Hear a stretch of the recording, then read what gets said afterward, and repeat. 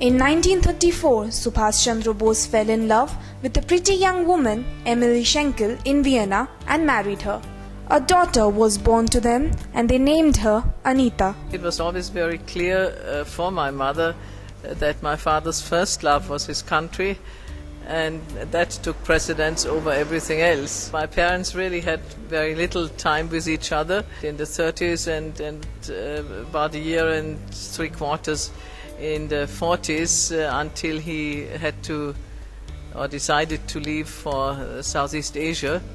The call of his nation made Subhash leave his young family behind in Europe, which was torn up between warring nations. My mother was a very strong woman, as many women of that generation. I mean, you have to keep in mind that that generation, my mother was born in 1910, lived through 2 world wars and lived through 2 world wars that really took place more or less in front of their house, so to say.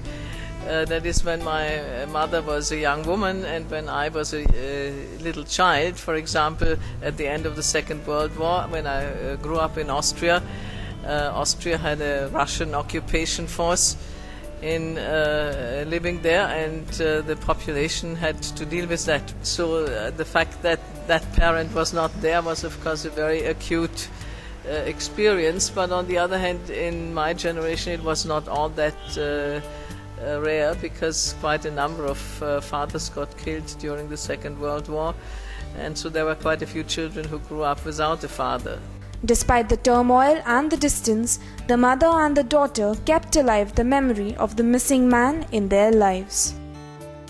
My mother always tried to imbibe one thing in me, and that had a relationship to my father. She always told me, well, your father was a great man, but don't get any ideas that makes you a great anything.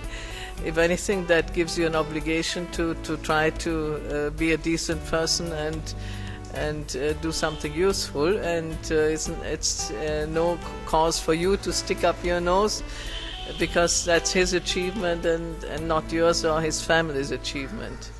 As she grew, Anita understood the historic role her father had played in the liberation of his country, though not always agreeing with him fully. I think he was a man of great determination, a man who was ready and willing to sacrifice everything, really.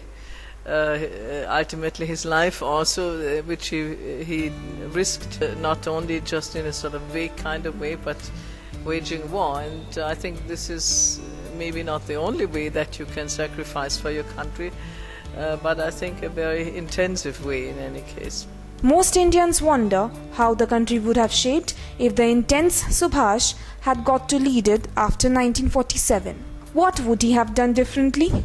Well, I'm quite convinced that he would have been a very dedicated leader, that he would have been a leader who would have tried very hard not only to follow certain objectives for his country, for the people of his country, but also to imbibe in them a certain ethic of going about that. Distressing things for him would have been, and not only for him, also for other leaders who of that generation, to see that some of the morals of the country are going down.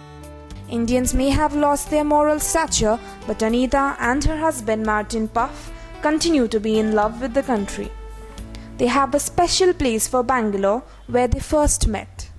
Yeah, I was very impressed. There was a reception given by the mayor of Bangalore in the Sir Putana Chetty town hall, and some said, you know, why don't you come and settle down in India and devote your life? So Anita very respectfully thanked him, and he said, now, how many of you all who are here this evening have devoted your life for India? My husband, for example, was very disappointed that when we visited Bangalore the second time, or the first time together, that all of a sudden you could no longer sort of stroll along Mahatma Gandhi Road, but that there was a hustle and bustle, and of course now you have the metro running on top, which also doesn't make it more attractive, but of course more practical. Yes, we know. Bangalore has changed. What do they think of the city's current status as the IT powerhouse? Are they impressed? We hope that in Bangalore and in the rest of India, of course as well, that the growth will be channeled in a direction where it benefits many, because there's always a danger in rapid growth that the income distribution drifts apart and you have more poor and more very rich people, and I hope that higher income and wealth is going to sort of be passed on to lower income groups as fast as possible. I hope that the working classes will have a better life, hopefully not just in the very far future, but but soon.